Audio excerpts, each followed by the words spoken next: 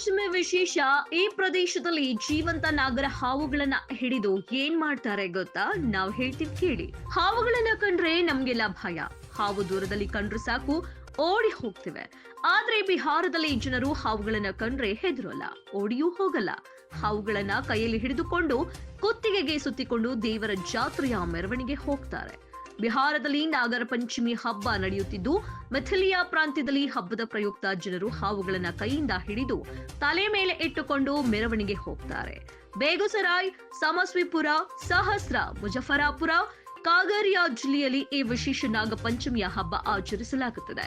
ಸಮಷ್ಟಿಪುರದ ಸಿಂಧಿಯಾ ಘಾಟ್ನಲ್ಲಿ ನೂರಾರು ಮಂದಿ ಭಕ್ತರು ನಾಗರ ಪಂಚಮಿ ಹಬ್ಬದಂದು ಭಾಗಿಯಾಗಿದ್ರು. ಧಾರ್ಮಿಕ ಸಂಪ್ರದಾಯದ ಭಾಗವಾಗಿ ಜೀವಂತ ಹಾವುಗಳನ್ನೇ ಹಿಡಿದುಕೊಂಡು ಧಾರ್ಮಿಕ ಆಚರಣೆ ಮಾಡಿದ್ರು. ಸಂಘಿಯಾ ಬಜಾಜ್ನಲ್ಲಿರುವ ತಾಯಿ ಭಗವತಿ ದೇವಾಲಯದಿಂದ ವಾರ್ಷಿಕ ಜಾತ್ರೆ ಆರಂಭವಾಗುತ್ತೆ. ಬಳಿಕ ಬುದ್ಧಿಗಂಡಕ್ ನದಿ ದಡಕ್ಕೆ ಭಕ್ತರು ಹೋಗ್ತಾರೆ.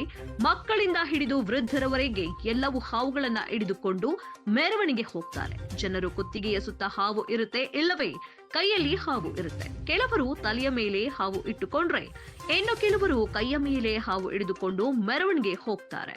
ಹಾವುಗಳ ಬಗ್ಗೆ ಯಾವುದೇ ಭಯವಿಲ್ಲದೆ ಜನರು, ಮಕ್ಕಳು, ಹುಡುಗರು ಹಾವುಗಳನ್ನ ಹಿಡಿದುಕೊಂಡು ಹಬ್ಬ ಆಚರಣೆ ಮಾಡ್ತಾರೆ. ಇದು ಸಾಮಾನ್ಯವಾಗಿ ದೇಶದೆಲ್ಲೆಡೆ ಕಂಡು ಬರುವ ಹಬ್ಬವಲ್ಲ. ಇದು ಪ್ರತಿ ವರ್ಷ ಬಿಹಾರದ ಮಿಥಿಲಿಯಾ ಪ್ರಾಂತ್ಯದಲ್ಲಿ ಮಾತ್ರ ನಡೆಯುವ ಹಬ್ಬ ಹಾಗೂ ಜಾತ್ರೆ. ಆಚರಣೆಯ ಭಾಗವಾಗಿ ಭಕ್ತರು ಮಾತಾವಿಷಕಾರಿ ಹೆಸರು ಅನ್ನು ಪಠಿಸುತ್ತಾರೆ.